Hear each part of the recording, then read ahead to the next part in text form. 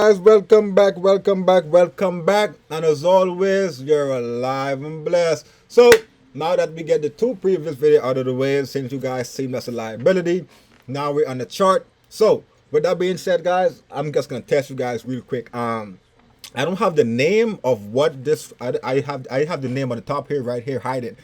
But what chart is this pretty much? Is this a bearish double top? Is this a bearish head and shoulder? Is this a bullish double top? Is this a bullish head and shoulder? And where would you guys enter the trade? Those two questions, please answer it in less than 20 seconds. Then I'll get back to you in 10 seconds. It shouldn't take you that long.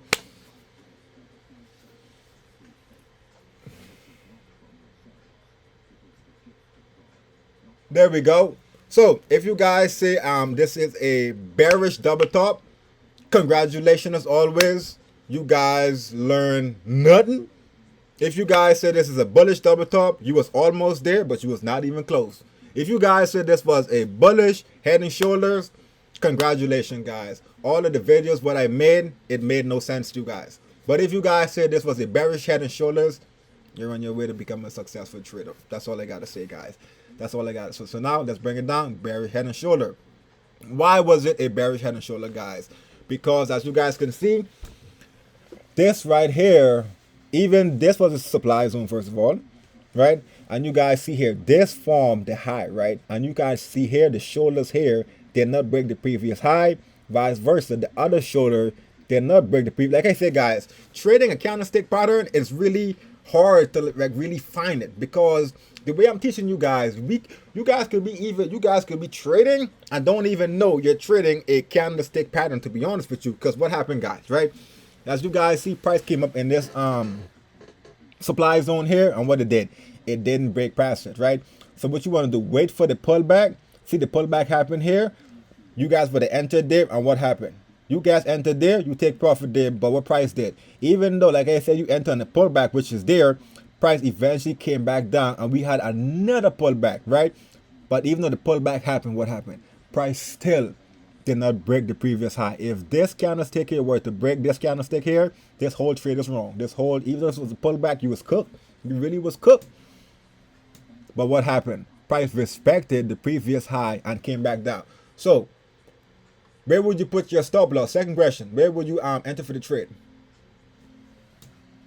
You guys for the enter here, I won't be surprised. I would enter here too. I wouldn't even lie to you. If you guys say here, I really don't blame you, because that's the pullback. See what happened. Price went up, respect this supply zone, came back down, the pullback happened. I told you guys enter the pullback. So me personally too, I would enter the trade here too. I wouldn't lie to you guys. You guys and me both would enter the trade here, and the stop with the take profit, or we can talk about that soon, because shit. So as you guys see here, right, even though this pullback happened here, and what happened? Price eventually went back up and mitigated here. But still, guys, we got lucky, because price, the previous high here, did not break past it. So even though we entered the trade and the pullback there, we was up in profit. Bang bang, we was green, and then price came back up a little bit, came back at the profit, and then price still end up went in our direction. Now the thing about this trade, guys, this was a 50-minute time frame, right? So like I said, this is not for you guys. This is not for you scalpers, intraday trader. This for a swing trader, right? So where would you put your take profit? Because look at this. Look how far down this candlestick went to, right? So even though price stopped here, I went back up, guys. For you guys who keep asking what these gaps represent, the gap is the close, right? This where price closed at at 2:55 or 3 o'clock, and the next day, this is like the swing trader, guys. How price just jump up and form a gap, but regardless, guys, price will continue to come back to this gap. So as a swing trader, you guys, I even know price was gonna come here, right? So you guys know price is gonna come to this right here. And you guys would take this trade and leave this trade to play out for like 2-3 days, right? So if you move forward in time in the future, you guys see eventually price came back down and touch it. See that? Eventually price came back down. And you guys see, right? Look at this shit also. Look at this shit. I always tell you guys. See how price is it correct? Look. See? Look. Guys, look at this shit. Look at this shit what I'm always teaching you guys. You guys see, right? Demand zone here, right? And look at this. Price came back down, guys, and it did not break it. It stayed in the demand zone. And what happened, guys? The market reversed straight back up. Reverse it back up. I would told you, if you guys go in the 1 minute time frame, you would have caught the pullback. But since this is 50-minute time frame, the pullback is pretty much way up here. So even though if you guys missed this, you guys would have entered here for a long here too, and you guys still would have catch it.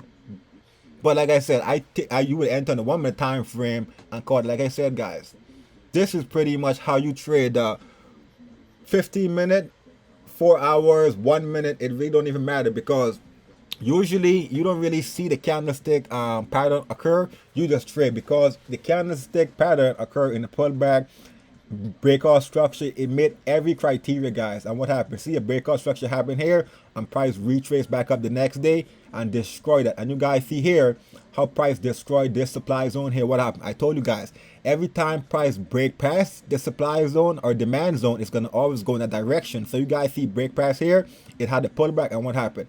Price eventually keep going in that direction. Vice versa over here, when price made a pullback to that huge order block, what it did, it respected the demand zone and price go back. But if this green candlestick here were to break this demand zone, all of this candlestick here would have been down. So guys, you guys are really learning now, right? All of these videos now are finally making sense to you guys' head. It's really percolating. Give you guys a quick tap on the back. You know what I'm saying? You always got to celebrate your small wins, guys. With that being said, guys, I hope these bearish head and shoulders really make sense to you guys, even though we don't really care, because guess what? We wait for the breakout structure to happen, supply zone, a demand zone, order block. That's how we really trade. So even though it's a candlestick pattern, we really don't care. But guys, the wisdom of it, wisdom take you far in life. The wisdom, then the money, guys. With that being said, guys, as always, say it with me: stay blessed and mind your business.